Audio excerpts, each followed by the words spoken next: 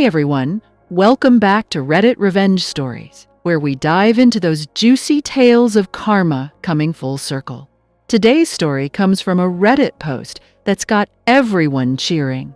At my husband's office party, his boss mocked me not knowing I owned the company. I'm your host, and let's jump right in. This one's told from the perspective of our fierce protagonist, a woman who turned humiliation into triumph. Buckle up. It's going to be an emotional roller coaster. My name is Elena, and for years, I've built my empire from the shadows. You see, I started Technova Solutions right out of college, pouring my blood, sweat, and every sleepless night into turning it into a multi-million-dollar tech firm. But I never wanted the spotlight. I hired a CEO to run the day-to-day, kept my ownership anonymous through trusts and proxies. Why? Because in this cutthroat industry, being a woman at the top means dodging knives from every angle. Plus, it let me live a normal life with my husband, Mark, who joined the company as a mid-level manager 5 years ago. He had no idea I owned it. Nobody did. It was my little secret, my safety net. Mark loved his job, and I loved seeing him thrive without the pressure of knowing his wife was the big boss. But then came Victor, Mark's direct supervisor. Victor was the epitome of corporate slime. Mid-40s, slicked back hair that screamed trying too hard, and a perpetual smirk that made you want to slap it off his face. He strutted around like he owned the place, belittling anyone below him to feel superior. I'd heard stories from Mark, how Victor would steal credit for ideas, micromanage until people quit, and make crude jokes in meetings. But I stayed out of it. Until the office Christmas party. The party was at this upscale hotel downtown, all twinkling lights and festive cheer. I was excited. Finally, a chance to dress up and spend time with Mark outside our home routine. I slipped into my favorite red cocktail dress, the one that hugged my curves just right, did my makeup with that smoky eye look, and felt like $1,000,000. Mark whistled when he saw me. "You look incredible, babe," he said, pulling me in for a kiss. My heart fluttered. Moments like that reminded me why I married him.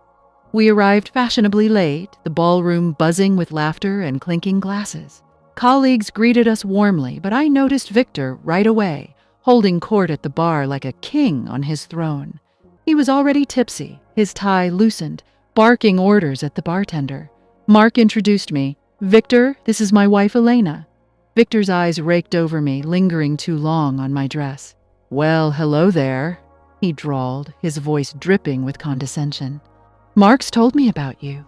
Housewife, right? Must be nice lounging at home while the men bring home the bacon." My stomach twisted. I forced a smile, but inside a spark of anger ignited. "Actually, I run my own consulting business," I replied coolly. But he waved it off. "Consulting? Cute. Like planning parties or something?" He laughed, a loud, braying sound that turned heads. A few people chuckled nervously along with him. Mark shifted uncomfortably beside me, but he didn't say anything. Victor's hold on his career was too tight. As the night wore on, Victor didn't let up. He cornered me during appetizers, mocking my little hobby business while boasting about his latest big deal that I knew was actually one of my initiatives. "Women like you should stick to what you're good at. Looking pretty and supporting your husbands," he slurred, his breath reeking of whiskey. My cheeks burned with humiliation. I could feel the eyes on us, the whispers starting. Powerlessness washed over me like a cold wave. Here I was, the owner of the company, reduced to arm candy in his eyes. My hands trembled as I gripped my glass tighter, imagining shattering it over his smug head. But I held back, biting my tongue so hard I tasted blood. Inside, my thoughts raced. How dare he? Does he have any idea who he's talking to? Mark pulled me away eventually, apologizing profusely. "He's just drunk, Elena. Don't let it ruin the night." But it already had. We left early, and in the car ride home, tears stung my eyes. Betrayal gnawed at me, not from Mark, but from the world that still saw women like me as lesser. I lay awake that night, replaying Victor's words, my heart pounding with rage, underestimation, disrespect. It wasn't just about me. It was every woman who'd been dismissed, every injustice I'd fought against building my company. That's when the turning point hit. I wouldn't let this slide. Victor needed to learn that actions have consequences, and I had the perfect weapon, my secret ownership. The next morning, over coffee, I started planning. First, I reviewed the company's financials from my home office. Perks of being the silent owner. Victor's department was underperforming, riddled with complaints I'd ignored until now. I called my CEO anonymously through a proxy, planting seeds. Look into Victor Harlan's management style. There might be issues.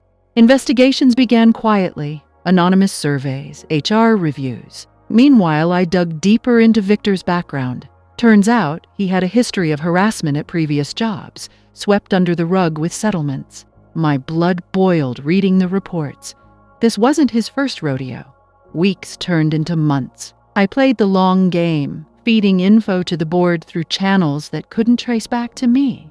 Victor's ego blinded him. He kept strutting around, oblivious. Mark came home stressed, venting about Victor's increasing pressure. He's on a power trip, Elena, making us work weekends for no reason.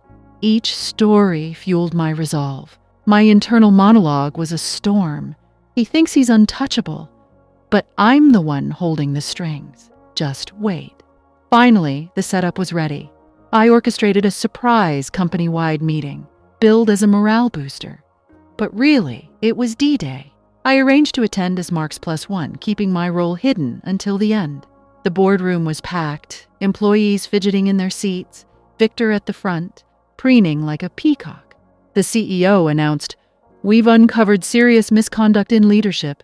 Victor Harlan, you're terminated effective immediately for creating a toxic environment and violating company policies." Victor's face drained of color. "What? This is absurd. Who authorized this?" He slammed his fist on the table, veins bulging in his neck. The room went silent. That's when I stood up, heart hammering in my chest, but my voice steady as steel. "I did," I said, stepping forward. Gasps echoed around me. "I'm Elena Voss, the founder and sole owner of Technova, and I've been watching you, Victor, mocking me at the party, dismissing my little hobby. Well, surprise, this housewife just fired you." His eyes widened in horror, darting from me to Mark, who looked equally stunned. You're what?" Victor stammered, his smirk shattered into fragments of rage and humiliation. He turned beet red, sputtering excuses. "This is a joke! You can't—" But security was already escorting him out, his protests fading down the hall. The room erupted in applause, employees who'd suffered under him finally feeling vindicated. Mark stared at me, a mix of shock and awe. "Elena, why didn't you tell me?" I smiled through tears of relief. Some secrets are worth keeping for moments like this. In that instant, triumph flooded me. My body, tense for months, finally relaxed, shoulders dropping, breath steadying. Validation washed over like a warm tide. I'd turned powerlessness into power, injustice into justice. It wasn't just revenge. It was reclaiming my dignity. Looking back, that party was a blessing in disguise. It exposed Victor's true colors and reminded me why I built this company, to create a fair place where no one gets belittled. Karma doesn't always strike fast, but when it does, it's poetic. Life's too short to let bullies win. Sometimes you have to be the storm that levels them. Ooh, what a story, right? Elena's revenge hits that sweet spot, earned, epic, and emotionally cathartic.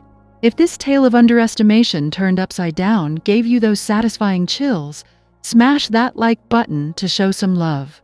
Drop in the comments. What's the most epic revenge you've ever pulled off or witnessed? Did it feel as good as this one? And hey, if you're craving more Reddit stories that pack an emotional punch, hit subscribe and turn on notifications. We drop new ones every week. Thanks for watching, folks. Until next time, remember, never underestimate anyone. Peace out.